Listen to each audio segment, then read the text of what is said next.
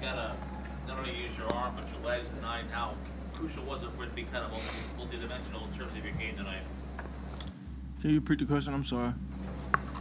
You used both your legs and your arm tonight, and just talk about your ability to kind of multi-dimensional in terms of different factors to help get this win tonight for you. Yeah, I think I've mentioned all the time. I've mentioned often the importance of being able to attack teams in different ways, and I feel like for us as a football team, as an offense, it's like your favorite steakhouse, your favorite restaurant, 5-star. Bougie restaurants you like to go to. You have your steak of the day, your selection of the day, the chef's selection.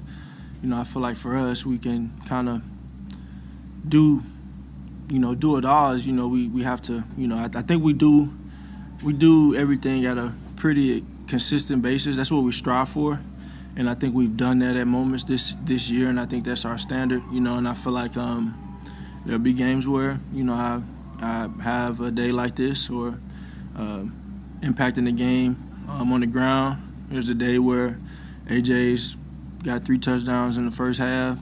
There's a game where Smitty, has 150 in the first half. It's a ton of different scenarios and ways that this thing can go as an offense, and I think that has helped us a lot, being able to be diverse. And, at the end of the day, make myself clear, the most important thing is winning. And that's what we came out here and did today, regardless of how it looked. Any week, we just want to win. I just want to win and get it done. How can you teams running the ball well? Do you get any sense from the defense, frustration, level rising, and any exasperation on that side of the ball? I think we try to control the things that we can. That is my constant message to the guys. It's on both sides of the ball. We go out there and control the things we can. Good things typically happen. If you don't, you're not dictating the outcome of things. So I think for us, on both sides of the ball, special teams, offensively, defensively, we just have to, continue to learn from the things that we're supposed to learn from, our mistakes. I think, I have moments in this game where I'm like, I could have possibly extended this to a 3-possession game instead of a 2-possession game, or kind of had they had 2 turnovers. We had 2 turnovers defensively, but we had two turnovers offensively with the turnover on downs. Kind of a miscommunication there. Kind of got away with one on the other side of the ball because they kind of simulated the snap, but and then we had the fumble. Those are all things that we can control.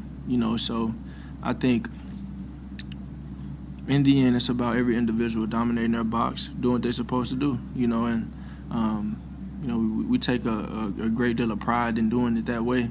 So it's an everlasting climb. We're trying to, there's always going to be something. There's always going to be something. That's the mentality that we have. It's the mentality I have, and we just want to continue to grow from the good and the bad. Were they ever spying you? I have to watch the film. Yeah. And why do you think you had so many rushing yards early on?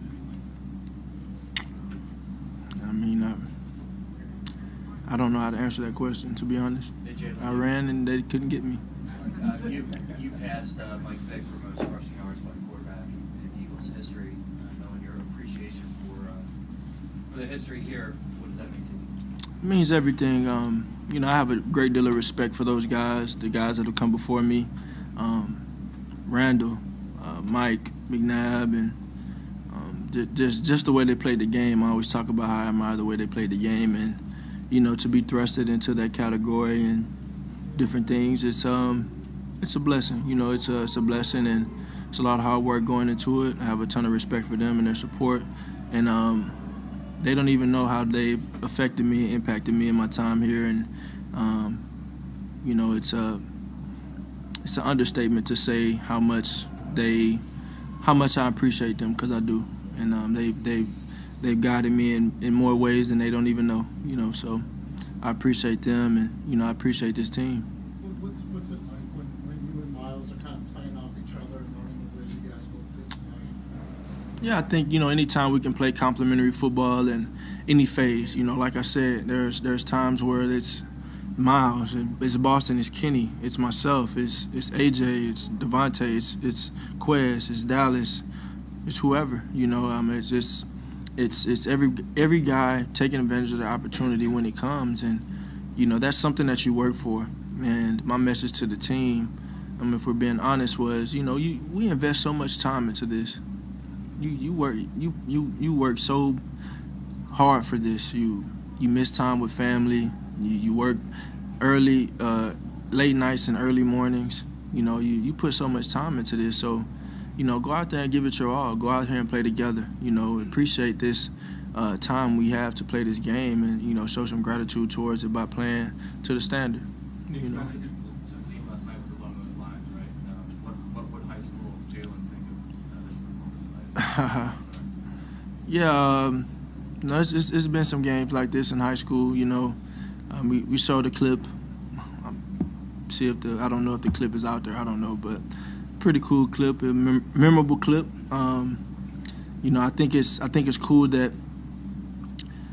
I thought that was so fun, to be honest. I thought that was fun. I mean, BG, he's on the cover of this magazine in 2005. Like, I was ball boying for my dad in 2005. Like, he was in high school when I was a little kid. You know what I mean? Like, just the different personalities we have on this team, the time differences, and the young guys, the old guys, the experienced guys in this area, the younger guys that have experienced certain things or whatever. It's a unique team, and I think Coach Sirianni, I respect how he approaches having thought about what he presents to us as a head coach. I really appreciate that. Were you able to run the ball like you ran the ball tonight? Does it make it a lot easier for you in the passing game that you get the feeling that you can dictate anything you want to the defense when you're running, especially in the No, I don't think I think you just have to go out there and respond to what they're giving you. You have to be able to see what they're giving you and react to it accordingly and appropriately. And I feel like we were able to do that majority of the time today. There were some unique things that they did, and I think we tried to overcome them. We did. I think in the end, can we control the things that we can control? That's one of them. The how we respond to the ball security situation, that's another. And it's the little details. It's everybody. It's myself. It's everybody. So This offensive line seems to really enjoy running the football in a game like that. Do you see that from them? How much they like the way that game goes? this offensive line, this team, this team enjoys doing whatever needs to be done to win. This team enjoys the feeling of winning, and like I said, we put this work in. We talked about some of these things. So execution fuels emotion. You go out there and you talk about something, your coach is on your butt about something throughout the week. You need to do it this way. You need to do this. And you go out there and execute it at the most important moment of the game. Execution fuels emotion. Because I know I put time into this. I know I invested my time into this throughout the week. There may be something that I may make a mistake on in practice, but come game time, I capitalize and learn from my experience throughout practice and come do it the right way in the game. Execution fuels emotion, and we do all of this stuff together. We do all this stuff together. We go to work every day together. We live together. We run together. We feel pain together. We feel these joyous moments together. We go through all this stuff together. So, I know in a profession where things change all the time, we really want to appreciate the time we are having now, and just take advantage of our moments. You know what I'm saying?